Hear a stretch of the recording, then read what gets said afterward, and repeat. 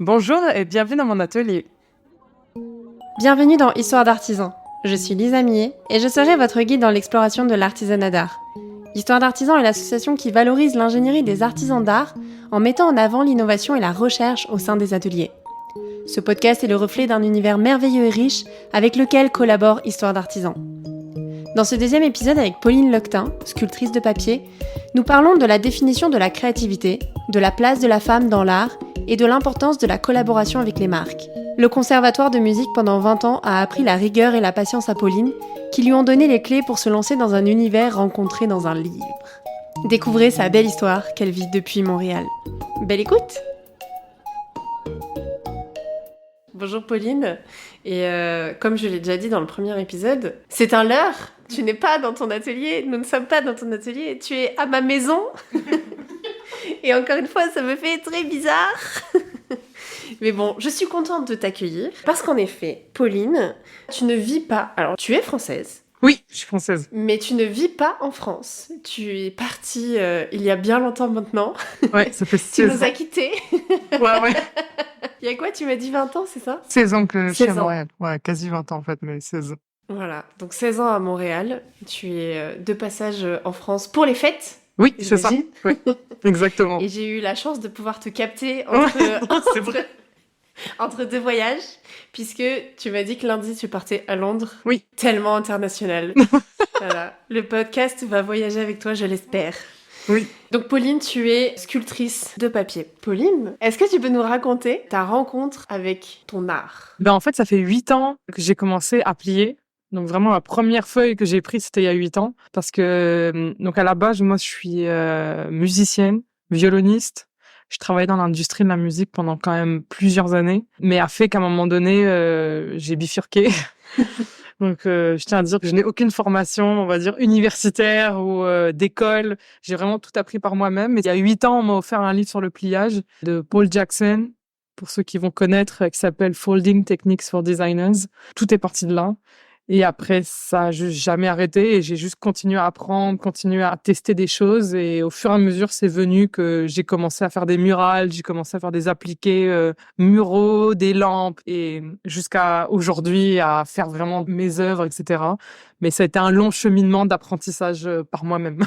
Et juste question, ce livre Folding Techniques for Designers, ça raconte quoi sur le pliage? Alors, c'est un livre. Paul Jackson, en fait, il a écrit une série de livres qui sont axés sur donc toutes les techniques de papier en passant par le pop-up, par les outils de marketing que tu peux faire en papier. Donc, c'est vraiment axé design et comment tu utilises le pli dans le design.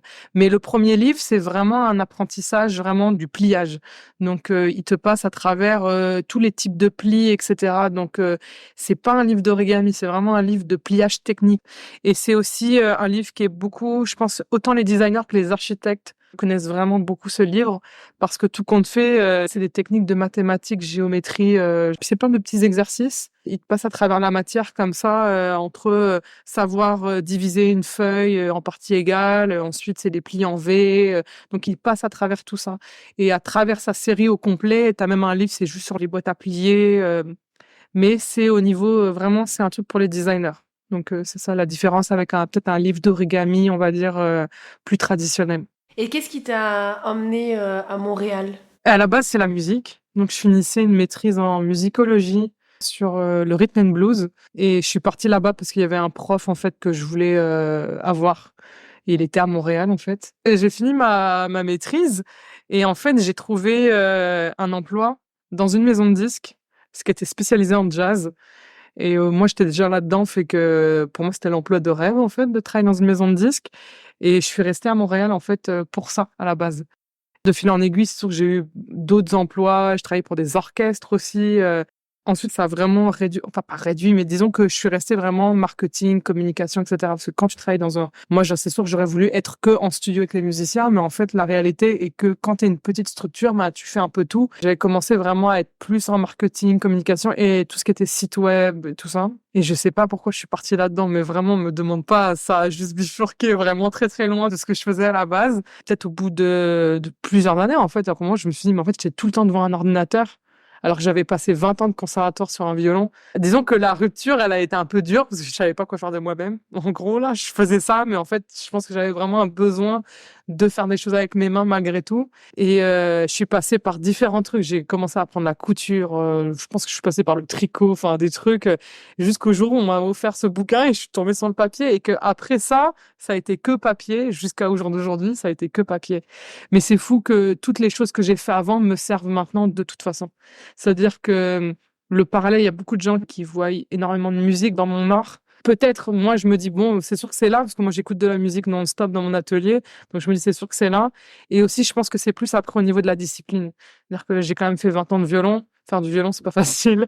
Faut avoir une sacrée discipline pour se rendre parce que je me suis quand même rendue jusque dans les derniers cycles des conservatoires. Alors, je pense que ça a été important dans mon cursus, en fait, que maintenant, ce que je fais, je le dois beaucoup à la discipline qu'on m'a donnée quand je faisais de la musique. Et ça, par contre, je suis capable de faire le parallèle très, très rapidement, en fait.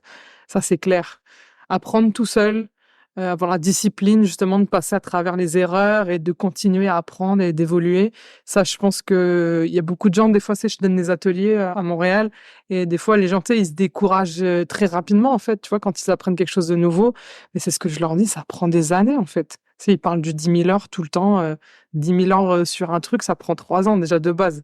3 ans où tu le fais tous les jours, 8 heures par jour. Donc, à un moment donné, ben, en fait, moi, ça fait 8 ans. Calcul, genre, ça prend autant de temps que ça de savoir maîtriser quelque chose. Et justement, je voulais te demander, parce que tu m'as déjà dit que c'est la nature qui t'inspirait beaucoup. Est-ce que justement tu t'inspires de la musique ou... Je pense que c'est inconscient, mais je pense que oui. C'est-à-dire que comme j'aime le mouvement, pour moi, la musique, c'est du mouvement aussi, c'est du rythme. Quand je parlais de plis droits, etc., c'est vrai que pour moi, il y a une rythmique là-dedans. Peut-être que c'est pour ça que ça me fascine aussi, c'est que je vois vraiment le lien entre les deux. Mais je pense aussi c'est ce flow-là qu'il y a dans la musique aussi. Je pense que je l'ai retranscrit dans mes œuvres, en fait. Et c'est peut-être pour ça aussi. Dernièrement, je me suis fait la réflexion en regardant une partition de musique. Une partition de musique, c'est énormément de traits et de choses arrondies, donc tu sais, les liaisons, etc. Et en rigolant, j'ai dit, ouais, c'est drôle, je pense que ça a dû m'influencer parce que mon travail en ce moment, c'est de mélanger des plis droits avec des plis courbés. Et je me dis, mais c'est fou parce que c'est une partition de musique, en fait, de base, c'est ça. Bah, c'est clair, j'allais te dire, en fait, avec tes plis, tu crées les lignes de la partition. Mais je pense qu'il doit y avoir inconsciemment, en fait, je pense que quand t'as vu que des partitions depuis que t'es petite, ça reste dans ton inconscient, là. Alors, je me dis, ça doit en faire partie, en fait. Bah, c'est sans doute vrai. Et j'avais une autre question aussi. Pourquoi un jour il y a une personne qui t'a offert ce bouquin sur le pliage? Quand elle l'a vu, qu'est-ce qu'elle s'est dit? Ça, c'est quand même très drôle, c'est qu'il l'avait commandé pour lui. Amazon s'est trompé. Ils en ont envoyé 2. Et vu qu'il me voyait, je pense, faire beaucoup de choses manuelles, il me l'a juste offert. Il m'a dit, je suis sûr que ça va te plaire. Fait qu'il me l'a juste donné comme ça. Donc, c'est une erreur Amazon. Je trouve ça quand même très drôle. Mais après, je me dis, il n'y a jamais de hasard dans la vie, tu vois. Je pense que, Amazon savait. ouais, c'était juste dû pour arriver. C'est dingue. C'est vraiment un hasard. Ouais, mais après, tu vois, je me dis, mais on parle de hasard. Moi, je pense que ça n'a jamais été un hasard. Au jour d'aujourd'hui, je sais que c'était pas un hasard. Fallait vraiment que je tombe sur ce livre-là, seulement pour que ça spark, c'était genre le début de ce que j'allais faire. Et comme je te l'ai dit tout à l'heure, en fait, moi, j'étais en musique et j'ai jamais pensé à faire de l'art visuel, mais jamais. Moi, j'étais vraiment conservatoire. C'était ça. Je dessinais un peu. Et comme je te dis, après, on tombe jamais loin de l'arbre. C'est que ma mère, elle peint superbement bien, elle sculpte, elle fait plein de trucs, elle est hyper manuelle, ma mère, fait que je pense qu'elle nous l'a inculqué quand on était petit. Après, moi, c'est pas que j'ai oublié, elle a déjà essayé de me faire peindre, j'ai détesté ça. Et en plus, maintenant, c'est moi qui l'appelle pour dire, ouais, maman, là, je veux peindre ça, comment on fait? Parce que moi, j'ai aucune formation, tout ce que je fais, je le fais vraiment à l'instinct. Alors là, maintenant, j'apprends. Parce que je me dis, bon, là, il faudrait peut-être que j'ai un peu de technique quand même pour, voilà. Et du coup, c'est moi maintenant qui l'appelle pour lui demander des trucs. Fait que c'est quand même... Donc c'est ta prof à distance. Ouais, je te jure que oui. Trop bien. Et avant d'enregistrer, tu m'as raconté ta petite anecdote de qu'est-ce qui... Parce qu'il y a eu le bouquin, mais qu'est-ce qui a fait que, t'as fait tes premiers pliages, et surtout, qu'est-ce qui a fait que tu t'es lancé vraiment? Ah oui, ben en fait, bon, c'est sûr que des fois on me demandait des trucs à droite à gauche, mais juste des amis, jusqu'au jour où j'ai une amie qui s'est mariée et elle m'a demandé de faire une murale qui faisait comme 3 mètres de haut. Pour vrai, c'était vraiment gros là, genre puis moi je lui ai dit oui parce que voilà, elle m'a fait confiance en plus, fait qu'il faut que j'assure là quand même, c'est comme son mariage, je peux pas tuer la déco genre. Fait que j'ai fait cette murale là donc en papier noir. Et du moment que je l'ai posté sur les réseaux sociaux, donc je crois qu'à l'époque c'était Facebook et Instagram, et ben de là j'ai eu mon premier contrat comme ça en fait. Et c'est arrivé très vite. Donc mon premier contrat c'était pour les hôtels Four Seasons et c'était un lancement qu'ils faisaient au Musée des Beaux-Arts de Montréal. Fait que mon premier contrat ça a été ça, vraiment payé et tout ça, c'est de faire une murale dans ce contexte-là. Donc même maintenant j'y réfléchis, je me dis c'est fou, parce que c'est quand même c'est des gros clients en fait. Et après ça a déboulé. Puis comme je te l'ai dit tout à l'heure, moi quand j'ai dit oui, mais je savais pas ce que j'allais faire en fait, parce que pour moi je ne savais pas ce que je faisais. C'est-à-dire que j'avais appris deux trois pliages dans un livre, j'avais commencé à m'amuser moi pour mon besoin personnel, mais j'avais pas réfléchi à plus que ça en fait. Donc j'ai quand même eu l'audace de dire oui en me disant bon c'est une opportunité, allons-y, mais je vous jure et je le dis aux gens, je ne savais pas ce que je faisais. Mais t'avais une communauté quand t'as posté? Ben en fait c'est sûr que bon moi j'avais déjà la communauté on va dire de la musique. J'avais fait du bénévolat à droite à gauche à Montréal, que ce soit dans des festivals d'art. J'avais travaillé pour un festival d'art à un moment donné, mais en tant que bénévole. Donc je connaissais quand même pas mal d'artistes, tu vois, mais on va dire de la communauté artistique de Montréal qui était un peu mélangée entre les artistes visuels et les artistes de musique. Mais honnêtement, je pense que ça a tellement marqué les gens, le fait que je fasse ça. En fait, ils savaient pas que je faisais ça, en fait. La plupart des gens sont comme, qu'est-ce qui se passe? Genre, qu'est-ce qui se passe? Donc, je pense que ça a vraiment juste marqué les gens et qu'après, ça a déboulé comme ça. Mais honnêtement, genre, tu sais, il y a pas longtemps, parce que moi, j'ai des cahiers, enfin, des sketchbooks, tu vois, depuis des années. J'ai commencé à juste gribouiller, genre un peu voir, tu sais, quand je faisais des installations, tu sais, je les dessine toujours d'avance. Et je me rends compte, au bout de 8 ans de cahier, qu'il y a des choses qui étaient là il y a 8 ans. C'est-à-dire que tu les définis, tu les masterises, on va dire, mais en fait, il y a vraiment des choses qui sont à toi et qui sont là depuis le début. Et je pense que ça, c'est aussi un apprentissage que je fais avec entre la technique et ce que tu essaies d'exprimer. C'est que des fois, ça te prend plusieurs années d'améliorer ta technique avant de pouvoir vraiment bien t'exprimer. Et je pense qu'au jour d'aujourd'hui, je suis arrivée au sweet spot, on va dire. Que là, ma technique, elle est assez bonne pour que je puisse vraiment me libérer au niveau de l'art. Et tu vois, ça, je pense que j'aurais pas eu la musique, peut-être que je me serais découragée. Mais je sais que, par exemple, en musique, c'est comme ça. C'est-à-dire qu'il faut que tu arrives quand même à un certain niveau de technique pour que tu arrives à vraiment bien t'exprimer. Mais je dis pas que la technique fait tout. Mais que ça te prend quand même pour pouvoir te libérer, d'être, on va dire, ouais, libre de tes mouvements, là, pour pouvoir bien t'exprimer. Et j'ai l'impression que là, j'ai quand même atteint un niveau de technique qui me permet de pouvoir faire ce que je veux. Après, je suis pas experte. Et ça, on en a parlé, mais je mets vraiment, je sais pas, je suis plus humble là-dessus, c'est parce que moi, c'est mon but, c'est pas forcément d'avoir une technique parfaite. Parce que je me considère pas comme artisan. C'est-à-dire que si tu viens me voir, moi, tu viens me voir en tant qu'artiste. C'est-à-dire si tu veux faire un projet artistique avec moi, parce que moi, je me considère pas comme artisane, en fait. J'ai appris le plissage l'année dernière dans un stage. Mais pour moi, c'était juste pour ouvrir mon champ des possibles au niveau de comment j'allais m'exprimer. Il y avait des choses que je voyais que j'avais des limitations avec le papier à faire. Moi, j'adore la transparence, j'adore plein de choses. Et je me rendais compte que je n'y arriverais pas par le papier. Donc là, d'être passé par le tissu, je me rends compte que là, ça m'ouvre. C'est comme avoir une nouvelle boîte de crayons, tu vois. Donc là, je me dis, ah, ok, là, je peux ouvrir sur autre chose. Donc pour l'instant, ça fait 1 an que j'ai appris ça, donc c'est encore dans ma tête en train de cogiter, exactement ce que je vais faire avec et tout ça. Mais jamais je veux dire que je suis plisseur ou parce que c'est un métier de dingue et de précision incroyable. Et en fait, j'ai trop de respect pour eux pour me dire que moi, je fais ça.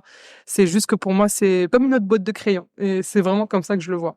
Bah non, mais c'est hyper intéressant et surtout ce que tu me racontais, c'est ton rapport avec justement les personnes qui te suivent en stage. Tu me racontais que quand tu rentrais dans un atelier et que tu leur parlais de tes idées, ces personnes te disaient ah bah tu peux utiliser telle technique ou telle technique ou je pense aussi à ça parce qu'on a déjà vu ça. Et c'est vrai que le statut de l'artisan, c'est sans doute avoir vu tellement de choses et tellement de techniques qu'il est capable de répondre à... Enfin c'est exactement ce que tu expliques, c'est que ça t'a mis 8 à pouvoir vraiment réaliser tes désirs sans avoir la problématique de bah non en fait j'ai pas la technique, je ne sais pas le faire. Donc je ne peux que dire mais oui. Et ce qui me donne envie d'enchaîner sur un autre sujet qu'on a déjà abordé en off mais que je pense est hyper intéressant, c'est justement ce rapport entre l'artiste et l'artisan.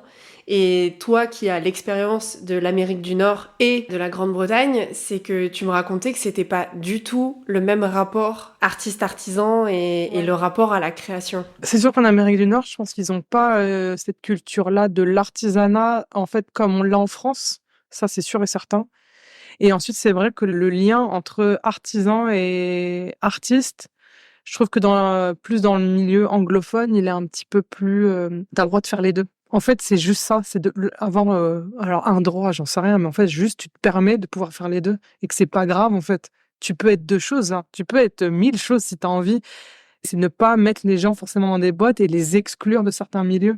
C'est-à-dire que si toi, tu as envie, tu maîtrises un truc, tu as maîtrisé ça pendant des années, puis d'un coup, tu dis, mais en fait, moi, j'ai envie de m'exprimer aussi, tu as envie de sortir, je sais pas, une série, quelque chose, faire une expo.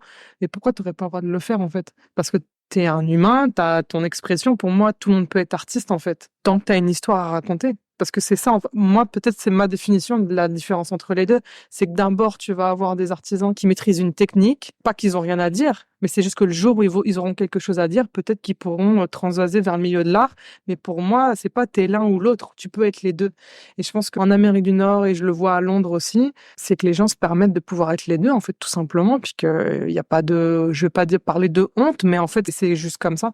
C'est la nature humaine, en fait. Et moi, tu sais quoi, je le vois même en musique. C'est-à-dire qu'en musique, il y a des gens, c'est des grands techniciens, donc ils vont jouer dans des orchestres, etc.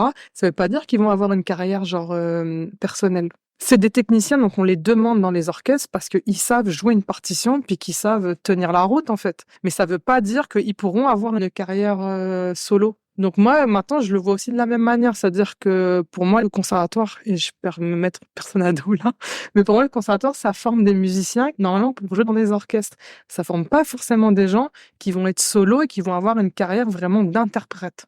Et ça, je l'ai vu en arrivant en Amérique du Nord. C'est-à-dire quand je suis allée à l'université en musique, ils formaient des gens à être interprètes. Ce que moi, j'ai pas forcément vécu quand j'étais au conservatoire où on te demande de savoir jouer exactement comme tout le monde pour pouvoir rentrer dans les orchestres. Mais en musique, je pense que ça marche de la même façon. Et des gens, ils veulent absolument s'exprimer. Et justement, c'est à ce moment-là, peut-être qu'être conservateur, ça va être compliqué pour eux. Parce que là, ils vont vouloir faire des choses qui sont hors cadre. Et peut-être que c'est ce que je vois là entre l'artisanat et l'art. Mais tout compte fait, la technique est hyper importante de toute façon. Donc, que tu l'apprennes pour faire de l'art ou, par exemple, travailler pour un client, puis là, dans le fond, tu travailles avec ce client-là.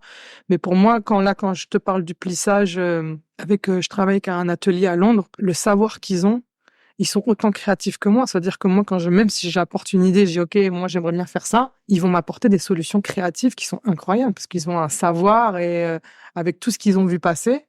Mais tout compte fait, ces gens-là, du jour au lendemain, ils veulent être artistes, ils vont être les meilleurs, tu vois, parce que déjà, ils ont au niveau technique, ils sont là. Donc, si en plus ils ont quelque chose à raconter, bah, ils pourraient faire le switch, en fait, et d'aller et de décider de faire une exposition, par exemple.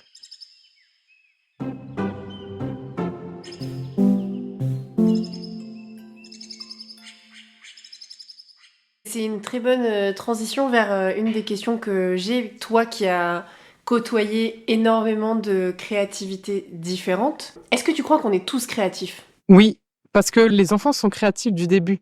Nous, on l'oublie quand on est adulte. Et moi, je m'en suis rendu compte à force de faire des ateliers. Parce que je donne beaucoup d'ateliers, tout ça, autant aux enfants qu'aux adultes. Et en fait, les enfants, et c'est les meilleurs artistes, en fait. Ils sont même meilleurs que nous. Parce qu'eux, ils sont tellement connectés. Tu leur donnes un papier, ils vont te faire des trucs que même toi, tu n'avais pas pensé à faire ça. Tu peux leur donner un exercice à faire. Les enfants, ils feront jamais l'exercice que tu leur as demandé. Genre, ils vont partir de ça, et après, ils vont partir. Mais si tu les laisses faire, ils vont partir complètement ailleurs. Et en fait, non, tout le monde est créatif. Ça, pour moi, ça fait partie de l'humain. Genre, créer des choses, ça fait partie de l'humain. Mais après, malheureusement, je pense que l'école fait du mal. La vie en général va faire du mal et du coup, il y a beaucoup de gens qui oublient en grandissant. Moi, je pense que je suis juste une enfant qui s'assume, qui a jamais arrêté d'être une enfant en fait. Mais Oui, et puis t'as grandi dans la bonne famille où justement il y avait la créativité et peut-être que ta mère t'a aidé à nourrir cette créativité. ouais. Puis tu sais, même aujourd'hui, des fois, il y a des adultes, quand je les ai dans les ateliers, on a ces discussions-là avec eux. Parce que ça leur fait du bien, ils se rendent compte que tu sais, ils ont pas ça dans leur vie. Et en fait, c'est parce ou ils s'autorisent pas à le faire, et aussi il y a le truc de vouloir faire les choses parfaitement. Ou que tu commences quelque chose et tu te donnes pas l'opportunité de pouvoir apprendre. Et ça, c'est une discussion que j'ai tout le temps avec eux. Je fais, mais t'as pas appris à marcher du jour au lendemain, hein. Ça a pris des années. T'as pas appris à écrire du jour au lendemain. Donc la pression que les gens se donnent à devoir être parfait, genre tout de suite, Moi, je leur dis à chaque fois, je fais, wow, c'est la première fois que tu oublies, genre, laisse-toi une chance, genre, parce que sinon, c'est sûr que tu peux rien apprendre, en fait. Et aussi, comme je disais, ça prend des années, de toute façon, à maîtriser quelque chose.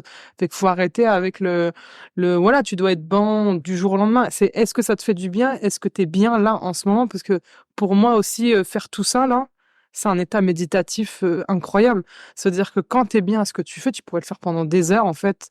Peu importe. T'es dans ton truc, tu fais tes trucs. Et si ça te plaît, ben, tu dois passer par le moment où tu vas être mauvais. Tu vois, genre, faut vraiment faire la paix avec ça. Et moi, je leur dis, au début, j'étais nulle, hein. J'aurais dû garder, en fait, maintenant, je regrette de pas avoir gardé mon premier pliage parce qu'il Ah était ouais. nul.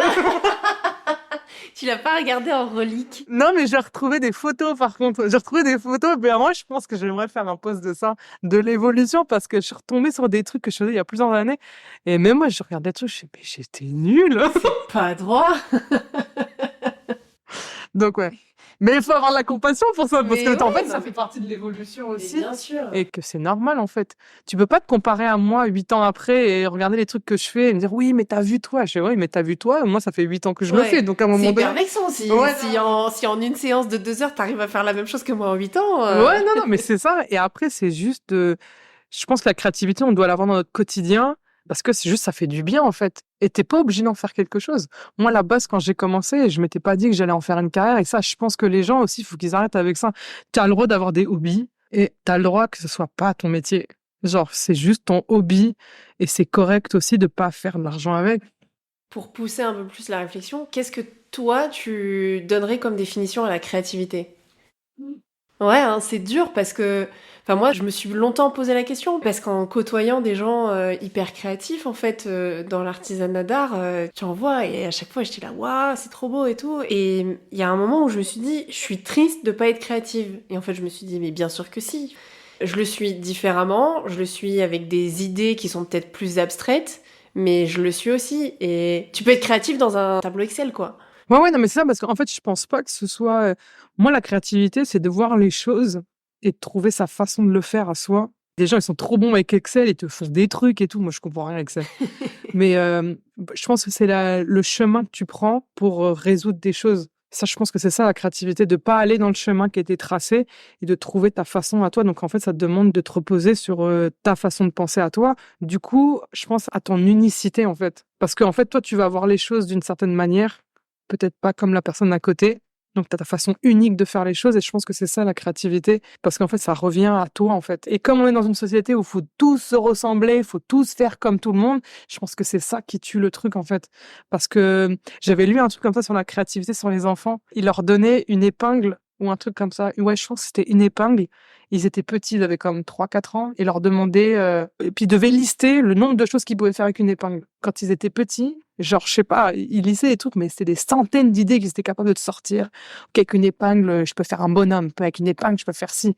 Ils ont refait l'expérience au fur et à mesure des années jusqu'à ce qu'ils aient 8-10 ans. Plus ils grandissent à cause du fait qu'ils vont dans des écoles, etc., où on leur dit, il y a qu'une façon de faire. C'est comme ça qu'il faut penser. Ça réduit la créativité. Et à la fin, ils arrivent à 8-10 ans, bah, s'ils arrivent à te sortir 20, peut-être 20 idées différentes, bah, c'est ça qui va sortir. Alors que quand ils sont petits, c'est... Ouais. Donc, je pense que c'est ça, c'est juste penser différemment. Mais on le sait que c'est pas bien vu, forcément, de penser différemment. Ça me fait penser à... Sur mes carnets de correspondance, j'avais ne lis pas la consigne. Bah peut-être parce qu'elle m'emmerde.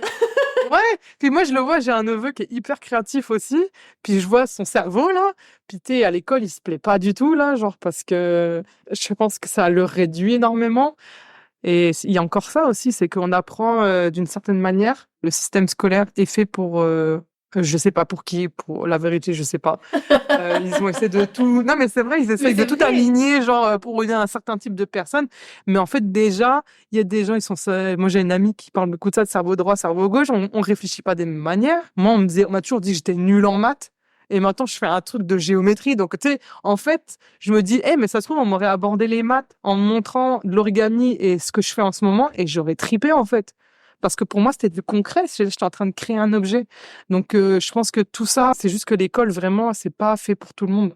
et qu'il devrait y avoir, on devrait pouvoir catégoriser plus et dire, OK, lui, il est plus comme ça, on va lui apprendre plus comme ça, mais ça marche pas comme ça, mais c'est ça. C'est une grosse discussion qu'on a eue avec mes parents, c'est que la difficulté, c'est de savoir si ton enfant il est comme ça aujourd'hui ou s'il est comme ça définitivement. Mes parents qui me disaient, mais quand j'étais petite, je leur disais que je voulais être coiffeuse. Et puis quand ils ont vu que j'abandonnais l'idée, ils se sont dit, en fait, elle veut pas vraiment être coiffeuse. Et elle nous dit qu'elle maintenant elle veut être journaliste. Est-ce qu'elle veut vraiment être journaliste ou est-ce que c'est encore une lubie? En fait, je pense que c'est hyper compliqué parce que du coup, tu lui dis, ok, tu veux être coiffeuse, dans ce cas-là, va dans des salons de coiffure, va voir ce que c'est. Et puis, en effet, tu vas apprendre à être coiffeuse comme tout le monde est déjà coiffeuse. Ça se trouve, j'aurais été celle qui avait inventé le nouveau salon de coiffure. Ouais, puis tu sais aussi, il y a ça aussi, c'est que faut pas oublier aussi qu'on vient tous de certains milieux, donc on est influencé par notre milieu. Se dire que peut-être que tu as vu que certains types de choses dans ta vie. C'est différent que quelqu'un, par exemple, qui a grandi dans une famille, genre tout le monde est vidéaste, tout le monde est dans la créativité, etc. Peut-être qu'il y a ça aussi, parce que moi, je n'ai pas d'un milieu où j'avais accès à l'art. J'ai eu la chance qu'on vienne dans ma classe pour me montrer les instruments de musique, dont les instruments à cordes, et de là a fait que j'ai voulu faire du violon. Mais des fois, je me dis, ouais, on serait jamais venu dans ma classe, ça se trouve, j'aurais jamais pensé à faire ça. Donc, moi, je pense aussi, c'est une question, c'est d'opportunité, d'ouverture, et on n'est pas tous avec les mêmes opportunités. Donc, si t'as pas la chance d'avoir des parents qui t'amènent au truc, ou si l'école te l'amène pas, je peux te dire, il y a plein de gens qui vont rester. Et c'est pour ça que quand on parle de diversité, justement, pas pour revenir au projet de Plié, en fait, avec qui on a travaillé avec les danseurs, le manque de diversité dans les conservatoires, etc., vient pas forcément du fait que les gens sont pas intéressés ou ils sont pas doués. C'est juste que c'est un manque d'accès, genre pour arriver jusque-là. Moi, j'ai fait 20 ans de conservatoire, je peux te dire que la diversité, il y en a pas beaucoup. Et en plus, comme je te disais avant, moi, je viens d'un quartier, c'est-à-dire que quand on voyait sur mes bulletins scolaires les dossiers au conservatoire que je venais de telle école, de tel quartier, et comme, mais qu'est-ce que tu fais là, en fait, parce que t'es pas censé être là. Donc, il y a tout ça, en fait, c'est le manque d'accès, d'opportunités pour arriver jusque-là. Parce que des fois, j'entends, oui, mais, admettons, les gens sont pas assez doués, mais ça n'a rien à voir avec ça. Et dans le milieu, là, comme on a fait ballet classique, et là, tu le vois, hein, genre, il se trouve toutes les excuses du monde. Ah oui, mais non, ça fait pas beau dans le corps de ballet si t'as un noir au milieu. Bah oui. C'est tellement raciste comme remarque. Ah ouais, non, mais là, Ça fait pas beau d'avoir un noir, non, mais c'est j'ai abusé. entendu des horreurs, puis des danseurs, hein, c'est eux qui m'ont sorti ces histoires-là. Et tu vois, paradoxalement, même si aux États-Unis, ils ont beaucoup plus de discrimination, ils sont beaucoup plus ouverts. C'est-à-dire qu'il y a beaucoup plus de ballets ouverts aux Afro-Américains, etc. Mais reste à ça qu'ils ont tous des histoires de dingue à raconter, en fait. Et ce projet-là, il a été important pour ça, en fait, parce que mis à part le fait que j'ai fait des tutus, etc., je veux dire, il y avait le storytelling en arrière, c'était ça, en fait, c'était de montrer, en fait, de montrer la diversité dans le milieu du ballet et qu'il y avait des danseurs qui sont aujourd'hui, rendus, des stars. Mais tu vois que je vais pas dire qu'en Europe, on a un problème avec ça, on a un gros problème avec ça. En parler, Opéra de Paris, ça commence, mais c'est un problème. Je sais pas si tu as déjà vu il y a beaucoup de journalistes qui se sont intéressés à ce cas-là quand ils ont commencé à avoir même des danseurs genre mixtes, c'est-à-dire ils sont même pas dark skin, genre ils sont light skin et c'est déjà un problème. Donc tu te dis mais attends, là on est dans une société au jour d'aujourd'hui, on parlait de l'ancien temps, on n'est plus dans l'ancien temps, la société a changé. Il faudrait peut-être se faire une raison et se dire, maintenant, on veut voir ce que tu vois dans ta vie de tous les jours, tu veux le voir sur scène. Tu veux voir ça représenté. Et j'avoue que cette série-là, à la base, parce que moi, j'ai une nièce qui est métisse, elle est moitié marocaine, moitié française. Et en fait, c'était vraiment venu, elle était assez petite du jour où elle a commencé à me dire, ah, mais moi, je serai jamais aussi jolie que toi parce que je suis pas blonde et que je suis pas blanche, en fait. Et ça m'a tellement fait mal au cœur. Je me suis dit, ouais, je veux jamais qu'elle puisse penser, en fait, qu'elle pourra pas faire les choses qu'elle a envie de faire parce qu'entre guillemets, elle ressemble pas au modèle qu'on voit. Voilà. Donc, quand j'ai commencé la série, je me suis dit, waouh, tu sais, moi, je veux des danseuses qui lui ressemblent à elle. Fait qu'on a trouvé des filles qui lui ressemblaient. On a vraiment eu un panel de plein de femmes différentes et c'est ça qu'on voulait montrer, en fait. Et quand on a fait l'expo, je peux t'assurer qu'on a des femmes noires qui ont pleuré en voyant les photos parce que c'était comme, tu sais, genre là, on nous représente dans quelque chose où techniquement on n'a pas accès. Alors que ces filles-là, elles existent, mais elles bataillent, en fait, pour avoir leur place. C'est intéressant. Ouais. Moi, si je peux utiliser mon art, tu vois, pour essayer, genre, de montrer ces trucs-là ou d'avoir ce storytelling-là, pour moi, c'est super important. Non, mais c'est fort et c'est beau. Il y a un combat derrière, il y a du chemin. On va pas se le cacher. Mais même, pour revenir sur la musique, ou même la première problématique, c'est le prix de l'instrument. Ouais. Enfin, tu vois, tu... Ah ouais, mais on parle d'accès, Oui. ouais. Quand on parle d'accès, c'est vraiment... Tu peux pas commencer le tout ça. violon avec un instrument à 50 euros, quoi. Et ne serait-ce que ça, c'est compliqué.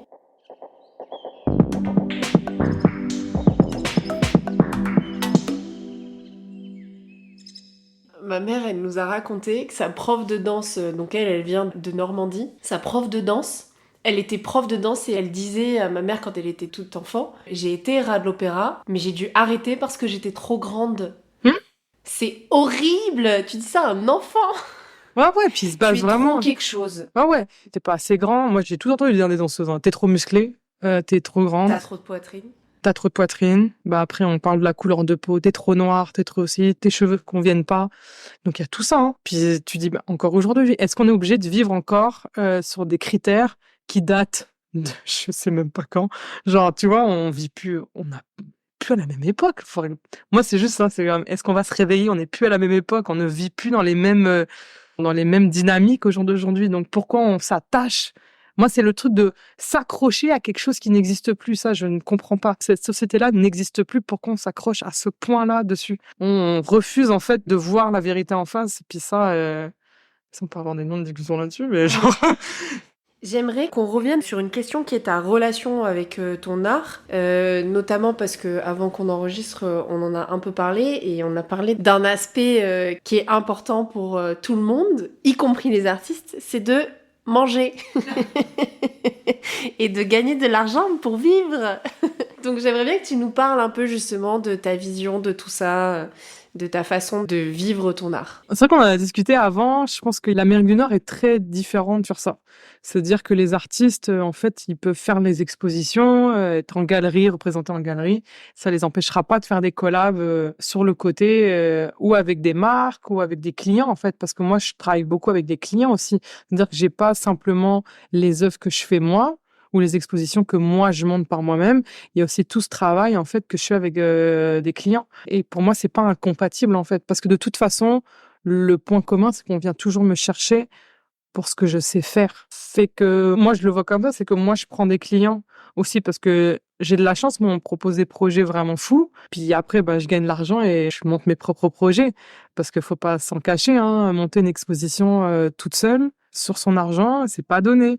Fait que si à un moment donné, t'as pas une rentrée d'argent autre, puis alors oui, je pourrais faire n'importe quel métier. Tu vois, moi je donne des cours, donc je suis déjà un petit peu prof et tout.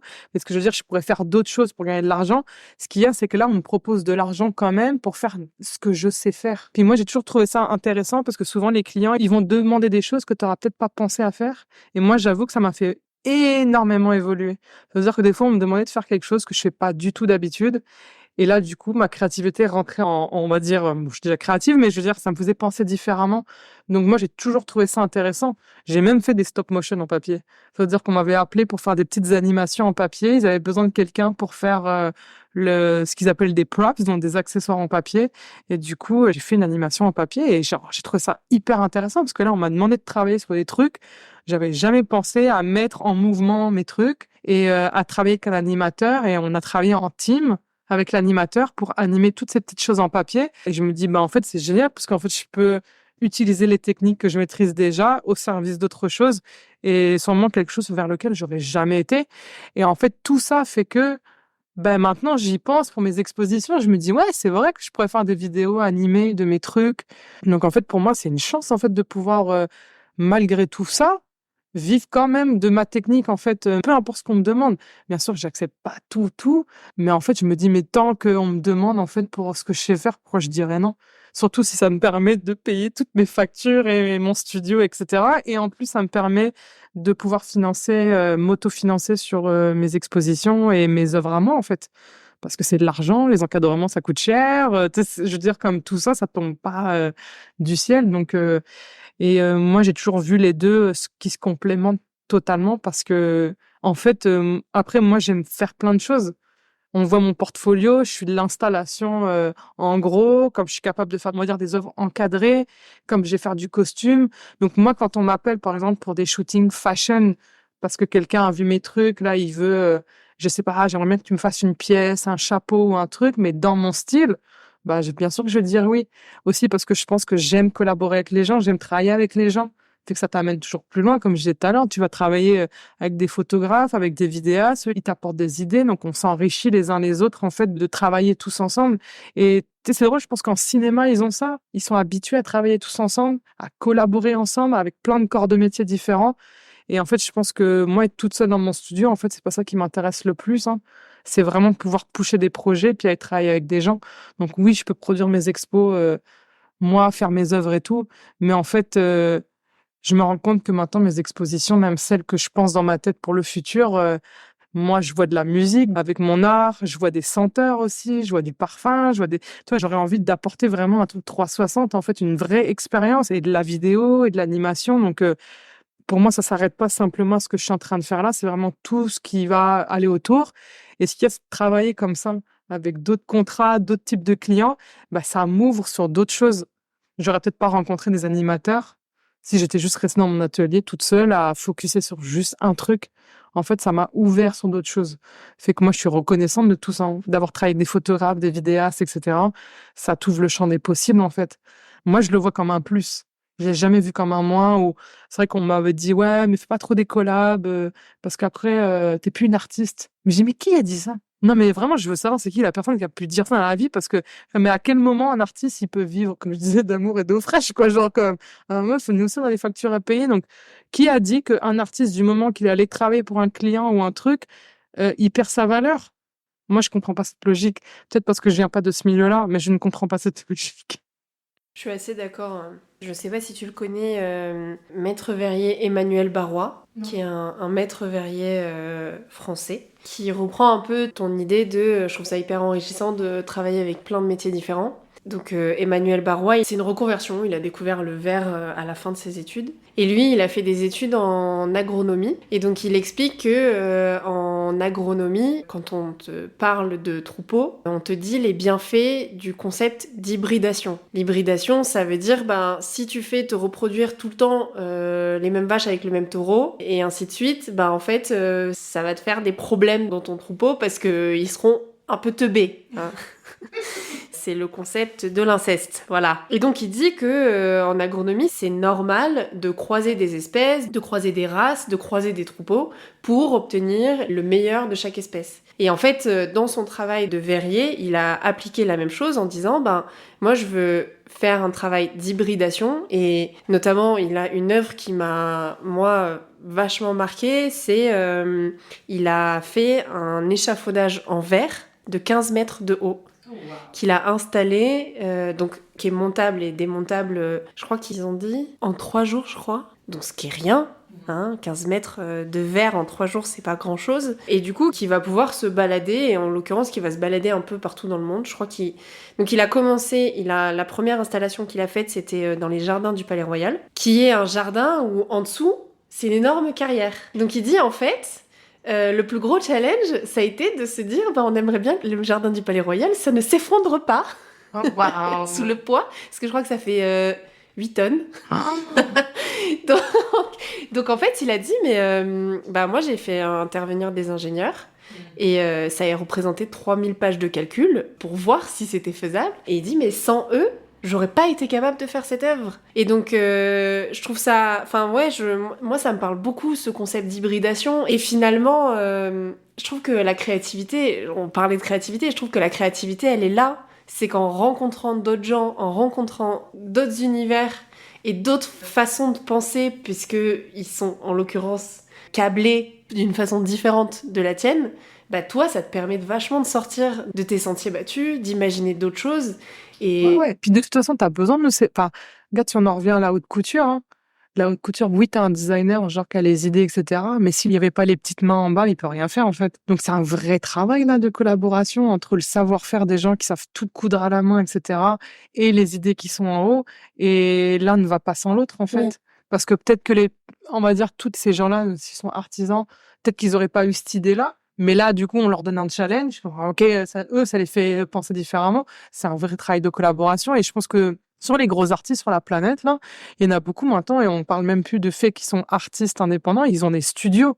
C'est-à-dire que des fois, ils sont 8, 10, même si tu as une tête, on va dire la tête d'affiche qui est l'artiste, mais en fait, en arrière, ils ont toute une équipe, en fait, pour travailler avec eux et amener des projets plus loin. Surtout quand on parle de gros, en fait. Moi, j'ai quand même fait des grosses installations et en fait, par exemple, juste les installateurs. Je veux dire, même si ça reste du papier, moi, je suis pas installateur. Moi, je connais pas genre accrocher des trucs et que ce soit sécuritaire pour les gens. Donc, moi, je peux bien avoir les idées, mais s'il n'y a pas quelqu'un pour l'exécuter, moi, je suis là, en fait. Donc, non, ça demande énormément de collaboration, mais c'est juste que je pense que c'est une idée qu'on se fait, en fait, hein, parce que, en fait, dans la réalité, c'est pas comme ça que ça fonctionne. Et tous les plus gros artistes au niveau planétaire, des fois, moi, je parlais même des gens qui font, tu sais, du graffiti ou de la murale. Des fois, t'as l'artiste, mais en fait, c'est même plus lui qui peint. Ils ont des équipes. Ah ouais? Mais oui. Je savais pas ça. Tu crois que Banksy, c'est plus lui? Banksy, je sais pas, tu vois, Je sais mais pas qui c'est, t'as des gars comme OB Giant, etc., qui sont quand même ils ont fait des carrières incroyables, mais au jour d'aujourd'hui, c'est les assistants qui viennent. Lui, il peut faire le sketch, etc., mais souvent, c'est pas lui qui peint. Parce que les projets, ils sont de plus en plus nombreux, etc. Tu peux pas être partout. Donc, c'est pour ça que je me dis, bon, après, ça dépend ce que tu veux comme carrière. Et ça, je pense, après, c'est un autre débat, mais je veux dire, après, ça dépend quel type de carrière tu veux. Est-ce que tu veux vraiment faire toutes tes œuvres à la main? Les Japonais, ils font ça, tu sais, ils te sortent que 3 œuvres par an, puis c'est tout. Parce qu'ils ont tout fait de A à Z. Et il y en a d'autres, bah, ils veulent être, peut-être, ils ont trop d'idées, genre là, ils sont au four et au moulin, etc. Donc, à un moment, ça te prend d'avoir des équipes qui correspondent à ce que tu veux faire. Parce que peut-être un jour, tu vas vouloir faire de la vidéo. Après, tu vas vouloir faire une installation. Donc, mais c'est tes idées créatives à chaque fois. C'est juste que tu vas... Tu sais, je pensais, comment elle s'appelle la japonaise qui a fait la grosse collab là avec Louis Vuitton l'année dernière? Non, c'est Kusama, non, c'est ça? Ah, je sais plus. Qui a fait, tu sais, qui fait tous les petits points là colorés.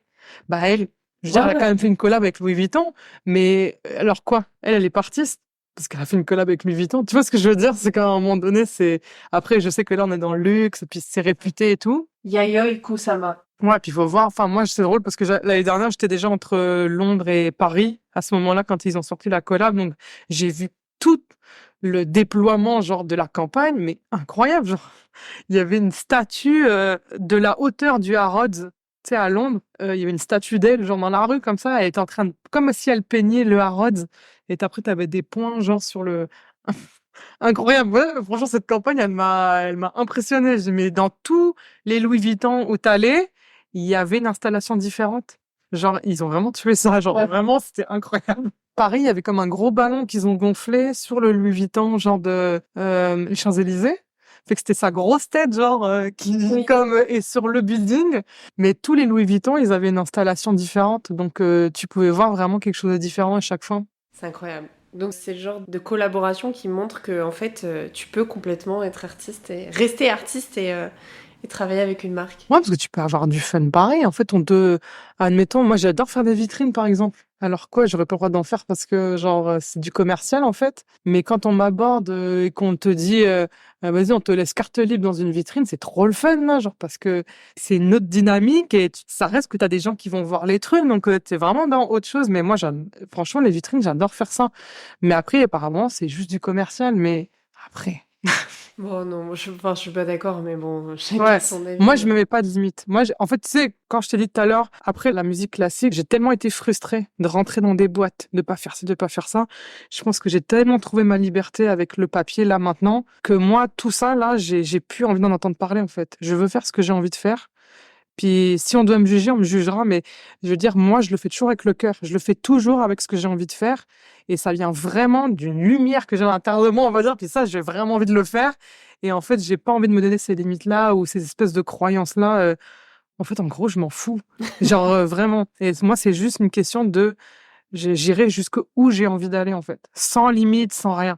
Parce que pour moi, en fait, tout compte fait, artiste, c'est ça, c'est t'accueilles tout ce qu'on te donne, puis si t'as envie de le faire, tu le fais, puis c'est tout, en fait, parce que c'est juste la liberté de pouvoir faire, en fait, être artiste. Donc, tu raconteras l'histoire que t'as envie de raconter, avec les médiums que t'as envie de raconter. Si demain, j'ai envie de switcher de matériel et de passer à complètement autre chose, ça ne regarde que moi, en fait, ça regarde personne d'autre. Si demain, je te dis, je fais du métal, bah, peut-être que je vais faire du métal. Ça veut dire que bientôt, t'allais nous faire du plissé métal. Mais non, mais pourquoi pas, tu vois, genre, moi, j'ai pas envie de me donner de limites. Si ce que j'ai envie de raconter, le papier correspond pas à l'histoire que j'ai envie de raconter, bah, je vais changer. et je vais aller vers autre chose. Donc, ouais, je me donne pas de limite, fait que... C'est une bonne façon de raconter ta relation avec ton art. Est-ce que tu peux nous raconter une anecdote en relation avec ton art? Alors oui, j'ai une anecdote, j'ai rien à montrer parce qu'en fait, genre, c'est jamais sorti, je sais pas si ça va sortir, en tout cas, peut-être qu'un jour ça va sortir, j'espère. Mais j'ai travaillé pour un grand média américain et on a shooté en fait une vidéo sur le top d'un building à New York. Et on a habillé une danseuse en papier, puis on l'a fait danser en fait sur le top du building. Et c'était un lever de soleil à 5 heures du matin à Manhattan. Je pense que ça, c'est une des plus grosses anecdotes. Ouais, ça pour l'instant, j'ai pas le droit de le montrer. Mais C'est frustrant. c'est super frustrant. Mais après, moi, C'était quand? c'était c'était avant Covid, donc Ah c'était ouais, c'était il y a 2010, 4 ans. ouais, 2019, ouais. Mais ça, c'est la plus grosse anecdote que j'ai parce que c'était juste fou. Genre, c'était vraiment un moment de vie. Mais après, faut les prendre. C'est des moments de vie. Genre, Mais on a espoir que ça sorte un jour ou... je pense que si le média le fait pas, on aura le droit de le faire parce qu'on est en embargo en fait avec eux. L'embargo finit cette année. Alors on l'aura peut-être. Ah ouais, non, genre, je croise les doigts parce qu'à chaque fois, je suis comme, ah, genre, c'était trop. Vivement 2024. C'est Jamais quand trop tard. 2024? Hein? Ça finit quand exactement? Bah, on avait shooté en juin, donc effectivement, c'est juin 2024. Ouais, ouais, genre, on a eu des discussions On avec restera à l'affût. on a eu des discussions avec le réalisateur il y a pas longtemps parce que on se parle quand même assez régulièrement, en fait, parce que même lui, il était frustré, en fait, parce que c'était vraiment beau ce qu'on avait fait. Mais c'est ça, hein, Covid est passé dessus et je pense qu'ils nous ont oubliés, tu vois, ils sont comme, ok, ils étaient passés à autre chose, mais ouais, ouais. Ça, c'est une vraie anecdote. Mais des fois, c'est ça, hein, t'as des moments de vie, tu les vis pour toi, et moi, je sais que c'est un de mes meilleurs moments, même si je peux rien montrer, mais c'est pas grave, ça, c'est mon anecdote. Et ben j'ai hâte qu'on soit en juin 2024. Moi aussi. Est-ce que tu peux nous raconter un projet sur lequel tu as fait beaucoup de recherches? J'ai fait les vitrines pour Nespresso il y a 3 ans. Ouais, 3 ans. Et en fait, c'était une campagne mondiale. Et en fait, ils ont fait faire customiser toutes les vitrines Nespresso par des artistes différents selon les pays, les villes. Donc, on était, je pense, peut-être 50 ou 60 artistes à travers la planète à travailler sur ce projet-là, qui était un projet par rapport au fait qu'ils recyclent les capsules, etc. Donc, c'est sustainability, genre vraiment le développement durable. Donc, chaque vitrine était différente. En fait, on avait les mêmes lettres en carton du slogan, on va dire.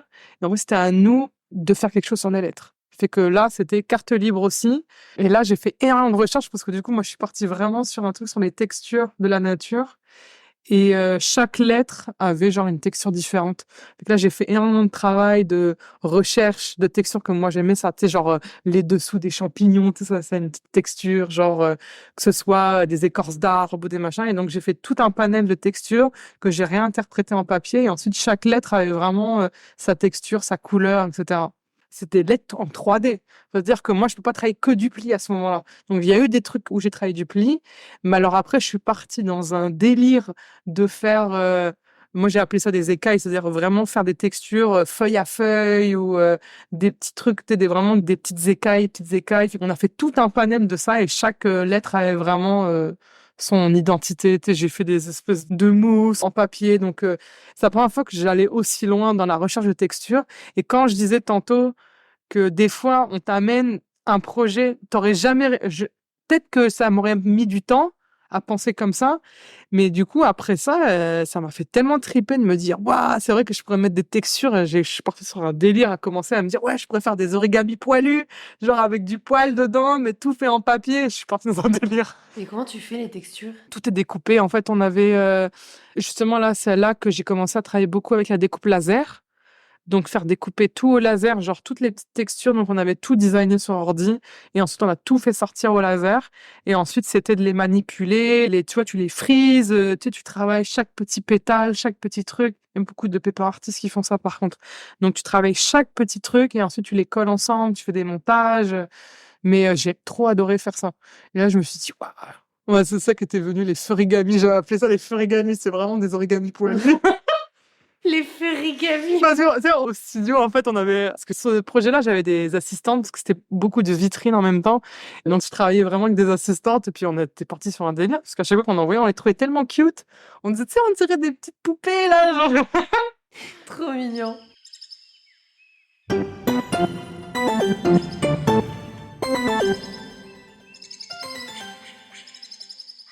À part cette vidéo en juin 2024, quels sont tes projets futurs et tes envies futures pour toi?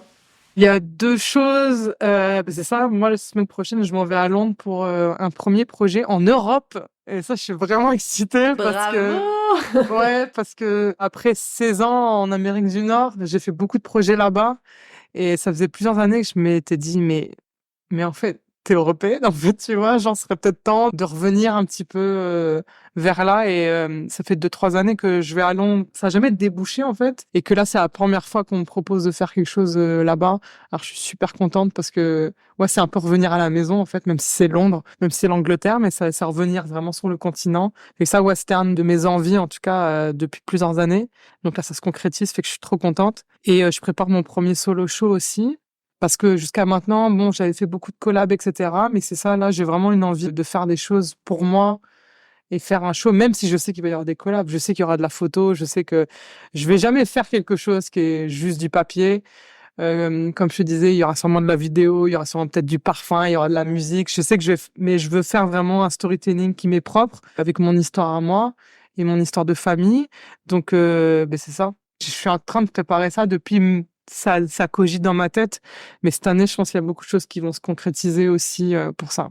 C'est quand ton solo show? Il n'y a pas de date parce que genre j'ai encore 2, 3 trucs. Voilà, ma famille est d'origine d'Algérie, fait que là, je fais mon premier voyage en Algérie aussi, et je sais que ça va, en tout cas pour moi, je le sais, va débloquer beaucoup de choses. Je sais que comme je veux que ce soit en relation aussi avec ça, j'attends d'y aller en fait pour éclairer plusieurs idées que j'ai eues, et je me dis si ça se concrétise, c'est sûr que ça va partir dans ce sens-là. Mais ouais, ça j'ai cette envie-là de faire quelque chose pour moi, vraiment 100% pour moi. Trop bien.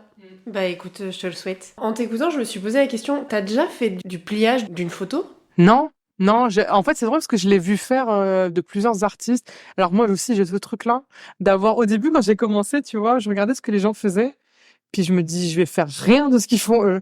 C'est pour ça qu'au début, comme par exemple, c'est rare que j'utilise du blanc, parce que je me suis rendu compte que, tu vois, les paper artistes ou les gens qui font de l'origami, sûrement pour le côté très luxe, etc., utilisent que du blanc.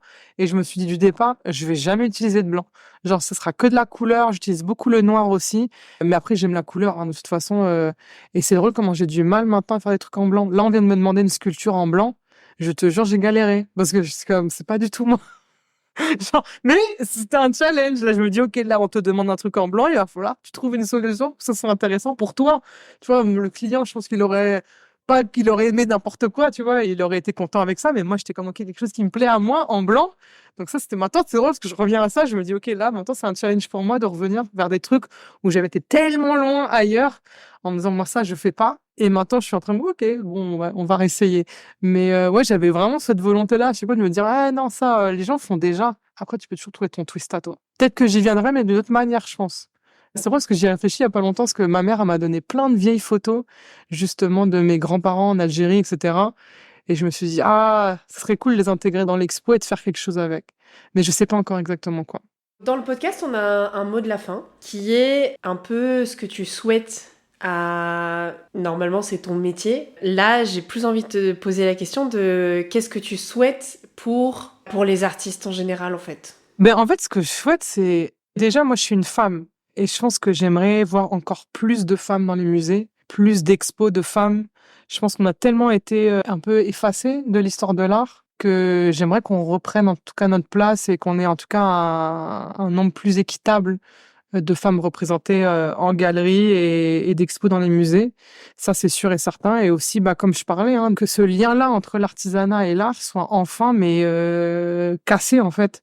Parce que je pense qu'il y a beaucoup de femmes qui font des choses incroyables en artisanat. Et je pense que pour moi, c'est des artistes d'art contemporain.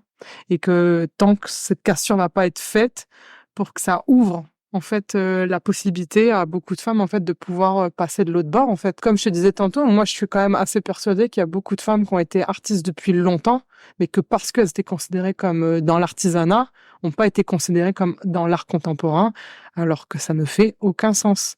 Et le fait qu'il y a beaucoup plus de femmes quand même dans les métiers de main et tout ça, j'ai l'impression qu'il y a quand même quelque chose qui a été fait qui est pas normal là. J'ai vu tellement des belles expos, je pense principalement à Londres, de femmes qui faisaient de la tapisserie, mais genre j'ai vu l'exposition de Magdalena Abramovic et elle faisait ce qu'elle appelle les abacans.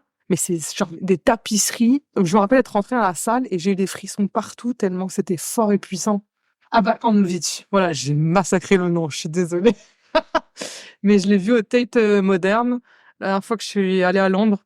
Et genre, s'il y a bien une exposition qui m'a foutu par terre tellement j'étais impressionnée, c'est celle-là. Parce qu'elle faisait des tapisseries à partir de crâne de cheval. Déjà, ça sent quelque chose quand tu rentres dans la salle. Mais alors, tu vois vraiment son évolution.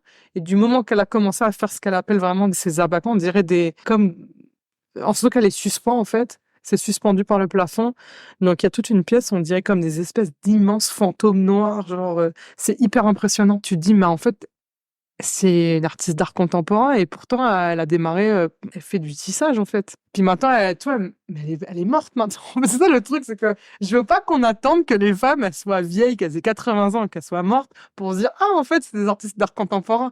Est-ce qu'on peut te considérer dès maintenant parce qu'en fait genre les hommes sont déjà considérés dès maintenant de leur vivant. Je vois pas pourquoi nous on devrait attendre. Donc c'est juste ça. Il y a beaucoup d'expositions que j'ai vues et je pense que une justement qui m'avait marquée parce que je me suis dit, comment ça se fait que j'étais pas au courant? Alors moi, je veux bien me mettre le blâme sur le dos, que j'ai pas assez fait mes recherches et tout. C'est Lee Krasner, qui était la femme de Jackson Pollock. Et je me rappelle avoir entendu Jackson Pollock en long, en large, en travers, avoir vu les tableaux, etc. Mais sa femme, moi, j'avais jamais entendu parler d'elle. Et à un moment donné, je vais au Barbican à Londres. Il y avait une exposition rétrospective de toute sa carrière, de tous ses tableaux et tout. Puis déjà, par rapport à son nom, j'avais été ah ok, je vais y aller, mais j'avais pas pris conscience de ce que c'était. Moi, je vais comme ça dans les expos, des fois, je sais pas ce que je vais voir, je rentre. Et quand j'ai compris que c'était la femme à Jackson Pollock, j'étais choquée.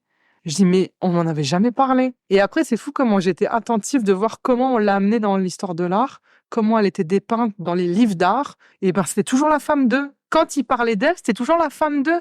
Et Jackson Pollock, par contre, tu peux regarder son portrait à lui. Si on parle de Lee Krasner à un moment donné, c'est parce qu'elle avait fait sa compta, tu vois, genre limite un truc comme ça. Tu te dis, mais waouh, tu sais, comment l'histoire elle est racontée, mais complètement différemment. Genre Lee Krasner, moi, ce que je dis tout le temps aux gens, Lee Krasner, première phrase de sa bio, on va te dire que c'est la femme d'eux. Mais Jackson Pollock, jamais on va dire que c'était le mari de Lee Krasner, en fait. Donc ça m'a frappé. Et après, je me suis dit, ok, j'ai un travail à faire, même moi, de me déconstruire parce que j'ai beaucoup à apprendre en fait sur cette histoire-là en fait qui n'est pas racontée. C'est le cas aussi de Consuelo de Saint-Exupéry, qui était en fait l'épouse de Antoine de Saint-Exupéry. Et en fait, elle a énormément contribué, mais vraiment énormément contribué à sa reconnaissance à lui. Okay. Mais elle n'est pas connue. Mais tu sais, ça, j'ai un super livre à recommander, genre si vous voulez faire une lecture, mais il est en anglais, je sais pas s'il a été traduit en français. Ça s'appelle The Ninth Street Woman, et c'est un livre d'histoire en fait, mais qui raconte en fait l'apport des femmes dans le mouvement expressionniste américain. Donc Lee Krasner et toutes ces femmes-là qui ont fait partie du mouvement. Et le livre, il est incroyable parce qu'il remet en perspective que les femmes ont joué un rôle énorme dans le développement de ce mouvement et qu'elles n'étaient pas à part, là. Elles étaient dedans.